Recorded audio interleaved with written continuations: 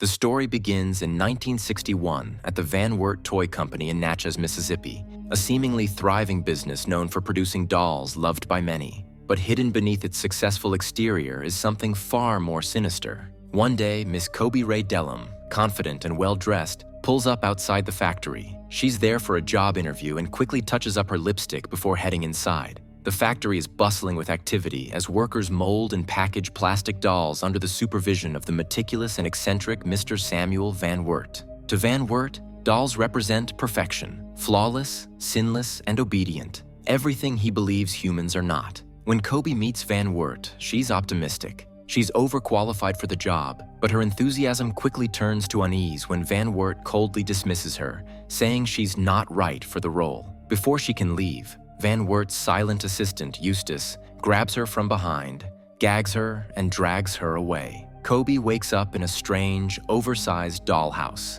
The room is unsettling, filled with mannequins dressed as a bride, a French maid, a shepherdess, and other characters. Soon she realizes these aren't just mannequins, they're real women, dressed and posed like dolls. Van Wert appears and calmly explains that she's now part of a special contest. Over the next 7 days, she and the other women will compete in a pageant to determine which of them will become the perfect doll. The winner will also be chosen as the mother to Van Wert's young son, Otis. But there's a dark twist. Losing the contest doesn't mean going home. It means death. Kobe tries to protest, but Van Wert makes it clear she has no choice. Eustace stands guard, and Van Wert leaves her locked inside the dollhouse. Soon, the other women introduce themselves. They include Aurelia, a French maid, Harleen, a shepherdess, and Bonnie, a bride. They tell Kobe that they've all been trapped here for weeks, abducted from roadsides or their homes. No one has managed to escape. Aurelia is particularly hostile toward Kobe, accusing her of skipping earlier brutal tests that the others had to endure. As Kobe learns more about her captor, the horrifying truth unfolds. 2 years earlier, Van Wert's wife was caught having an affair. In a fit of rage, he threw her and her lover into a deep well and covered it up as a boating accident. Now Van Wert is obsessed with finding the perfect mother for Otis, someone who will never betray him. The first test begins with the ringing of a loud bell. The women are forced to dress in costumes and pose for Otis and Van Wert's amusement. Kobe, dressed as a clown, becomes the focus of ridicule.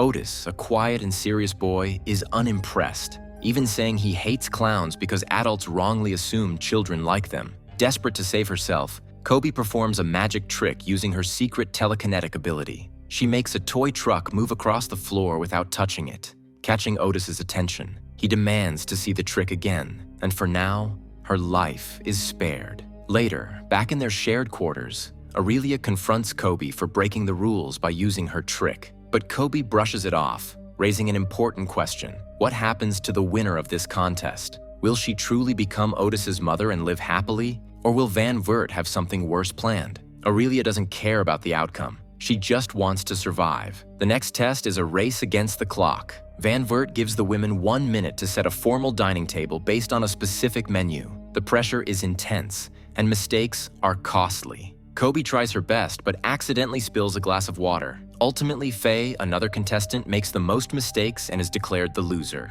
Without hesitation, Eustace drags her away, and moments later, her screams echo from the well outside. As days pass, Kobe tries to bond with Otis, sensing he's just as trapped as the women. She reveals her telekinetic abilities to him, explaining that she's always felt like an outsider because of them. She encourages Otis to see that they're both different and hints that he might help her save the other women. Otis begins to warm to her but struggles with his loyalty to his father. Another brutal test follows. This time, the women must mix a laundry solution, iron a shirt, and fold it perfectly, all in 3 minutes. Kobe burns her shirt, earning Van Wert's wrath. As punishment, he presses the hot iron against her hand, forcing her to remain still and silent. Bonnie, who also fails the test, is eliminated and stabbed by Eustace before being carried away. In the aftermath, Kobe and Harleen secretly plot their escape. They're desperate to leave before it's too late. However, Aurelia overhears their plans and prepares to sabotage them.